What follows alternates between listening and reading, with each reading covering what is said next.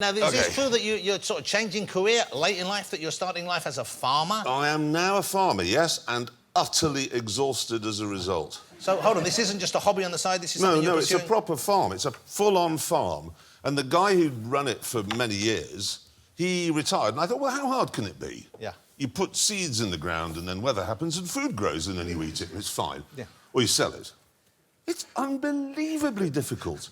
And at any given moment, I know a bit of machinery is going to cut one of my arms off. Because if you ever looked at the back of a tractor, it's just lots of different ways for removing an arm. Have you ever tried to round up a field of sheep? What do you think? And they're vindictive. Sheep aren't vindictive. They are. There they are. Look, they're my sheep. They're actually my sheep on the screen. Have you given them earrings? They look like kind of like hipster sheep. Yeah, they are hipster sheep, and they're sneering. Right. Because what you do is you spend... I'm not kidding. Got up the other morning and they escaped. They always escape. And so you've got to get them back into their field. 2 hours of solid running around on my own. I don't have a dog. I tried using a drone. I had a drone and I fitted a speaker on it that barked. OK. And flew it around. And they just stand there now looking at it going, why is that idiot flying this drone?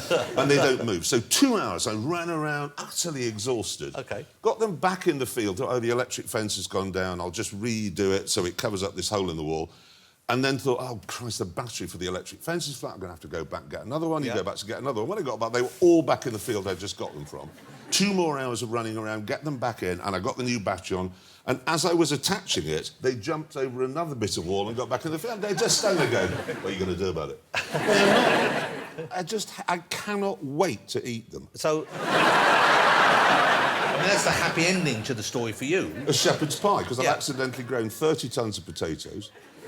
Accidentally? Well, it was a bet. Somebody said, you can't grow potatoes in this part of the country, so I planted them, and I got 30 tons. Wow. So if anyone needs a potato... You know, you say that now, you know a lot of people are going to stop you in the street asking for free potatoes. You can have them. Yeah. No, well, who said free? Who said free? You know, let's go back to you eating the sheep, though. Mm.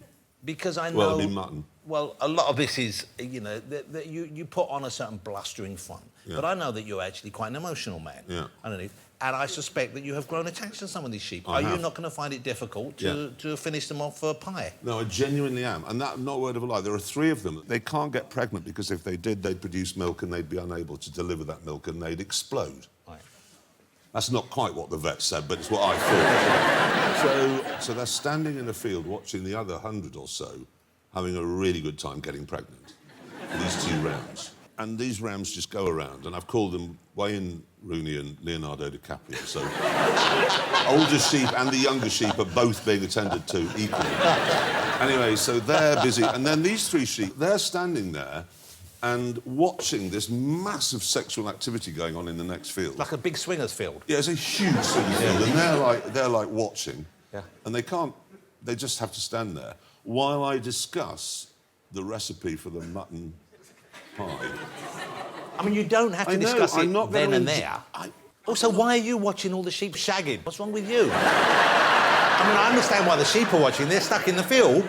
You could be indoors talking about your pie. You don't have to be out there voyeurising on a bunch of sheep. If you turn your back on them for a minute, they're out of the field again. So you have to watch them, whatever it is they do. Some of me hates it, but a lot of me absolutely adores it. I mean, I'm sitting here now in London thinking, oh, soon I'll be able to go back to the farm. Yeah, I know that feeling. But does this mean you're going to give up TV, though? Because I know, even though... And we're going to talk about the new Grand Tour. And the Grand Tour is an amazing show. Top Gear was an amazing show and a huge success, of course. Grand Tour is bigger and better. But it must be quite exhausting films. I know that you do. You fly a lot, you travel all over the world, you're fairly extensive filming. We've stopped a lot of the travelling, obviously. I'm very... I'm carbon neutral. I don't have a carbon footprint because I drive everywhere. So... No, I am carbon neutral now. Are you? Yeah, because I plant so many trees. But how do you plant trees, or you just bought trees that were already planted? No, I planted, oh, I don't know, a couple of thousand last year, and I've got about 7,000 going in this year. Wow.